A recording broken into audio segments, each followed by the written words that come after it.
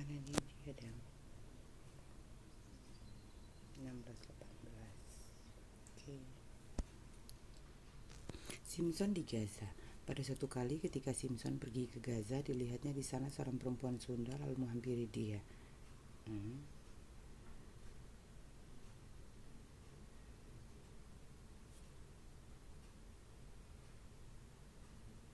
Lewat perusahaan.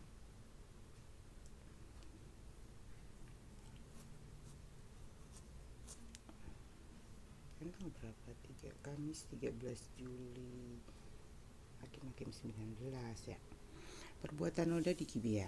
Terjadilah pada zaman itu ketika tidak ada raja di Israel bahwa di balik pegunungan Efraim ada seorang Lewi tinggal sebagai pendatang. Ia mengambil seorang gundik dari Betlehem Yehuda, tetapi gundiknya itu berlaku serong terhadap dia dan pergi daripadanya ke rumah ayahnya di Betlehem Yehuda. Lalu tinggal di sana 4 bulan lamanya. Berkemaslah suaminya itu lalu pergi menyusul perempuan itu untuk membujuk dia dan membawanya kembali bersama-sama dia, bujangnya dan sepasang keledai. Ketika perempuan muda itu membawa dia masuk ke rumah ayahnya dan ketika ayah itu melihat dia, maka bersukacitalah ia mendapatkannya. Mertuanya, ayah perempuan muda itu tidak membiarkan dia pergi sehingga ia tinggal 3 hari lamanya pada ayah itu. Mereka makan, minum, dan bermalam di sana. Tetapi pada hari yang keempat, ketika mereka bangun pagi-pagi dan ketika orang Lewi itu berkemas untuk pergi, berkatalah ayah perempuan muda itu kepada menantunya, segarkanlah dirimu dahulu dengan sekerat roti, kemudian bolehlah kamu pergi. Jadi duduklah mereka lalu makan dan minumlah keduanya bersama-sama. Kata ayah perempuan muda itu kepada laki-laki itu, baiklah putuskan untuk tinggal bermalam dan biarlah hatimu gembira. Tetapi ketika orang itu bangun untuk pergi juga, mertuanya itu mendesaknya sehingga ia tinggal pula di sana bermalam.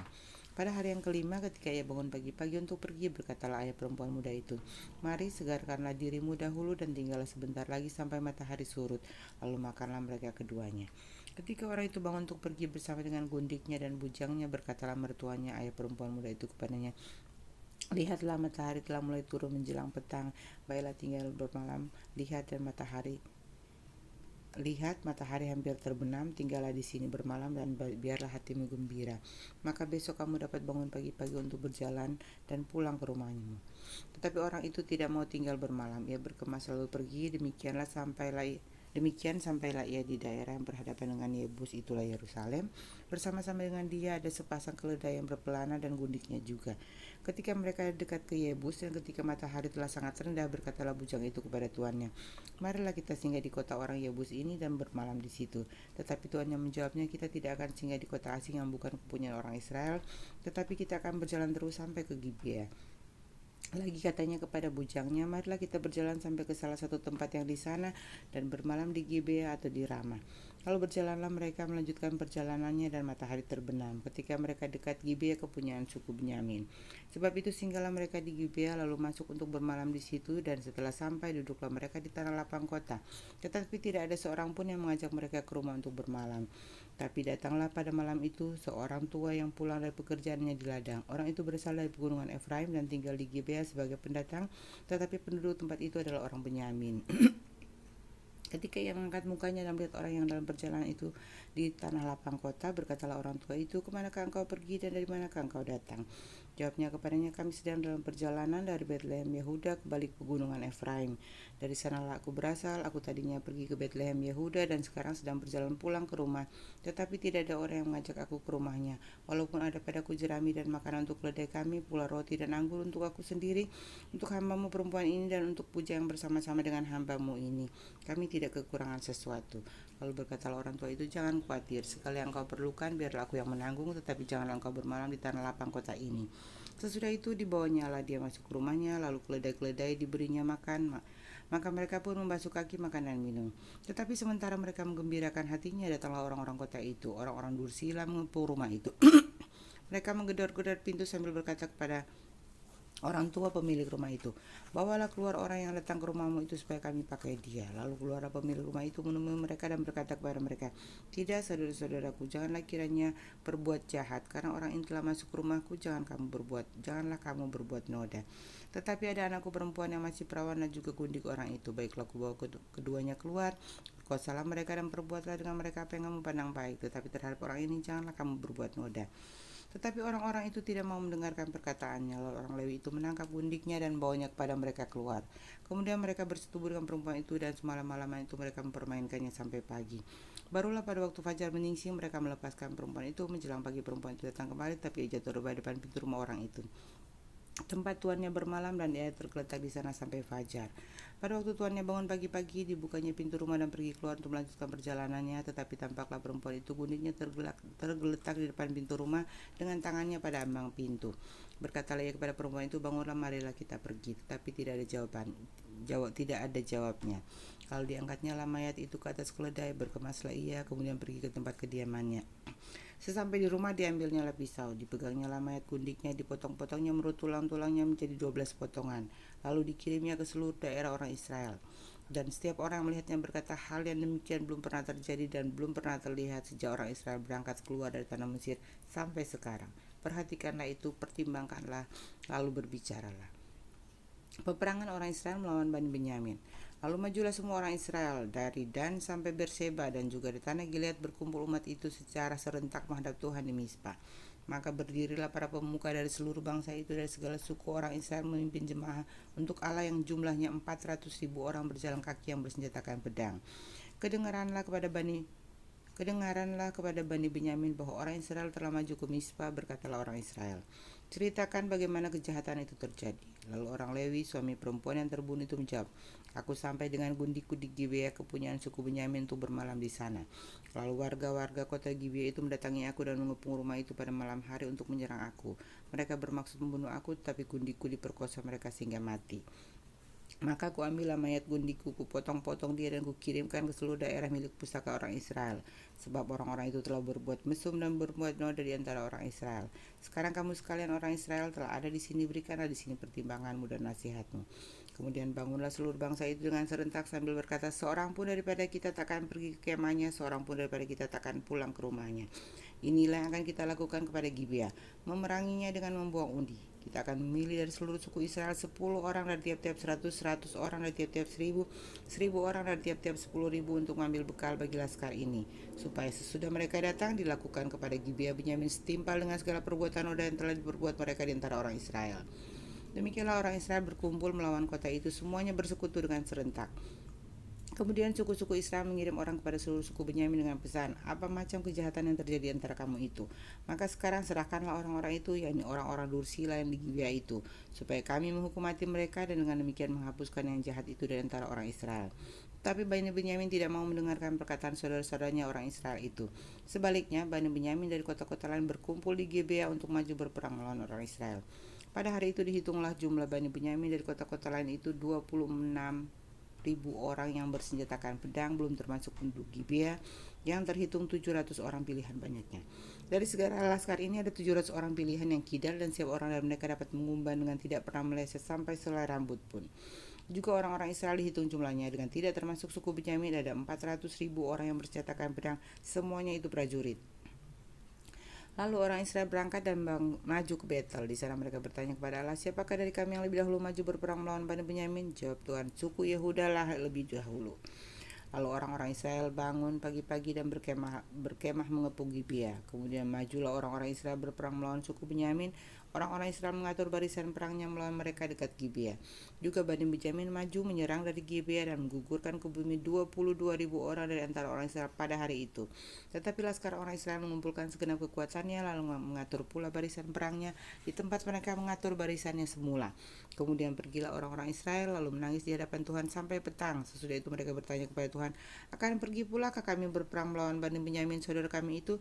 Jawab Tuhan, majulah melawan mereka. Tetapi ketika orang-orang Israel pada hari kedua sampai di dekat Bani Benyamin, maka pada hari kedua itu majulah suku Benyamin dari Gibea menyerbu mereka, dan digugurkannya pula ke bumi 18.000 orang di antara orang-orang Israel, semuanya orang-orang yang bersenjatakan pedang. Kemudian pergilah semua orang Israel yakni seluruh bangsa itu lalu sampai di Betel. Di sana mereka tinggal menangis di hadapan Tuhan, berpuasa sampai senja pada hari itu dan persembahkan korban bakaran dan korban keselamatan di hadapan Tuhan. Dan orang-orang Israel bertanya kepada Tuhan, pada waktu itu ada di sana tabut perjanjian Allah, dan Pinehas bin Eleazar bin Harun jadi imam Allah pada waktu itu. Kata mereka, haruskah kami maju sekali lagi untuk berperang melawan Bani Benyamin saudara kami itu, dan haruskah kami hentikan itu? Jawab Tuhan, majulah sebab besok aku akan menyerahkan mereka ke dalam tanganmu. Lalu orang Israel menempatkan penghadang-penghadang sekeliling Gibea. Pada hari ketiga, majulah orang-orang Israel melawan Bani Benyamin dan mengatur barisannya melawan Gibea seperti yang sudah-sudah.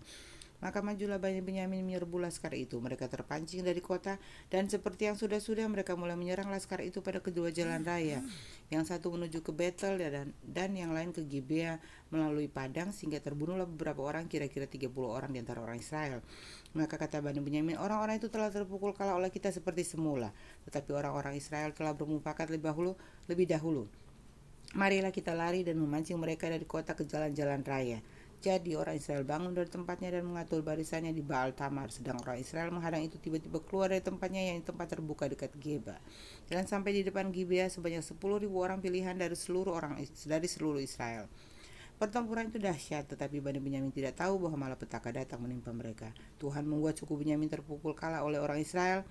Dan pada hari itu orang-orang Israel memusnahkan dari antara suku Benyamin 25.100 orang, semuanya orang yang bersenjatakan pedang. Bani Benyamin melihat bahwa mereka telah terpukul kalah.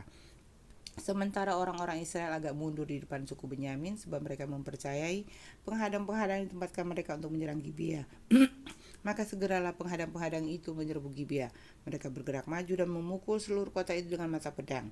Tetapi orang-orang Israel telah bermufakat dengan penghadang-penghadang itu untuk menaikkan gumpalan asap tebal dari kota itu. Ketika orang-orang Israel mundur dalam pertempuran itu, maka suku Benyamin mulai menyerang orang Israel, sehingga terbunuh kira-kira 30 orang, karena pikir mereka, tentulah orang-orang itu terpukul kalah sama sekali oleh kita, seperti dalam pertempuran yang dahulu. Tetapi pada waktu itu mulailah gumpalan asap naik dari kota itu seperti tiang asap. Suku Benyamin menoleh ke belakang, dan tampaklah kota itu seluruhnya terbakar apinya naik ke langit. Lagi pula orang-orang Israel maju lagi, maka gemetarlah orang-orang Benyamin itu sebab mereka melihat bahwa malapetaka datang menimpa mereka. Jadi larilah mereka dari depan orang-orang Israel itu ke arah padang gurun.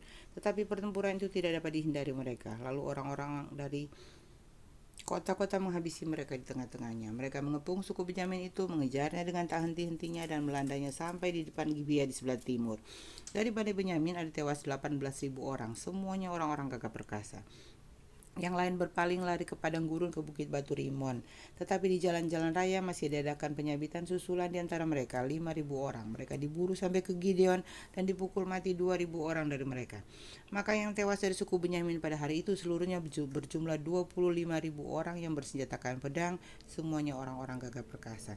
Tetapi 600 orang berpaling lari ke padang gurun ke bukit batu Rimon dan tinggal 4 bulan lamanya di bukit batu itu. Tapi orang-orang Israel kembali ke Bani Benyamin dan memukul mereka dengan mata pedang, baik manusia, baik hewan, dan segala sesuatu yang terdapat di sana. Juga segala kota yang terdapat di sana mereka musnahkan dengan api. Suku Benyamin dapat tetap hidup. Orang-orang Israel telah bersumpah di Mizpah demikian. Seorang pun dari kita takkan memberikan anaknya perempuan kepada suku Benyamin menjadi istrinya. Ketika bangsa itu datang ke Betel dan tinggal di situ di hadapan Tuhan, di hadapan Allah sampai petang, maka mereka pun menyaringkan suaranya menangis dengan sangat keras, katanya, "Mengapa ya Tuhan Allah Israel terjadi hal yang begini di antara orang Israel? Yakni bahwa hari ini satu suku dari antara orang Israel hilang. Keesokan harinya pagi-pagi maka bangsa itu mendirikan mezbah di situ lalu mempersembahkan korban bakaran dan korban keselamatan. Pada waktu itu berkatalah orang-orang Israel, siapakah dari seluruh suku Israel yang tidak ikut datang dengan jemaah untuk menghadap Tuhan? Sebab mereka telah bersumpah dengan sungguh-sungguh mengenai orang yang tidak datang menghadap Tuhan di Mizpah demikian. Pastilah ia dihukum mati." Orang-orang Israel merasa kasihan terhadap suku Benyamin saudaranya itu. Maka kata mereka, hari ini ada satu suku terputus dari orang Israel. Apakah yang dapat kita lakukan kepada orang-orang yang tinggal itu dalam hal mencarikan istri? Karena kitalah yang bersumpah demi Tuhan untuk tidak memberikan seorang pun dari anak-anak perempuan kita kepada mereka menjadi istrinya.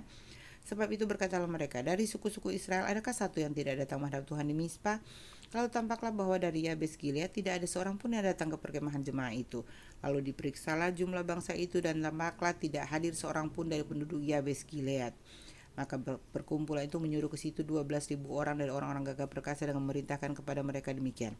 Pergilah, pukullah penduduk Yabes Gilead dengan mata pedang, juga perempuan-perempuan dan anak-anak. Tetapi perbuatlah begini, hanya semua laki-laki sajalah dan semua perempuan yang telah pernah tidur dengan laki-laki harus kamu tumpas. Mereka menjumpai di antara penduduk Yabes Gilead 400 orang anak gadis perawan yang belum pernah tidur dengan orang laki-laki.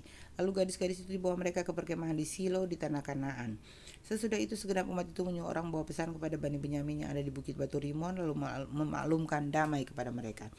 Pada waktu itu kembalilah suku Benyamin, dan kepada mereka diberikan perempuan-perempuan yang telah dibiarkan hidup dari antara perempuan Yabes Gilead, tetapi belum cukup juga jumlahnya bagi mereka. Maka bangsa itu merasa kasihan kepada suku Benyamin karena Tuhan telah membuat keretakan di antara suku-suku Israel. Kemudian berkatalah para tua-tua umat itu, apakah yang dapat kita lakukan kepada yang tinggal di dalam hal mencarikan istri, sebab perempuan-perempuan itu telah punah dari antara suku Benyamin. Lalu kata mereka, warisan orang-orang yang terluput itu harus tetap tinggal pada suku Benyamin, supaya jangan ada suku yang terhapus dari antara orang Israel.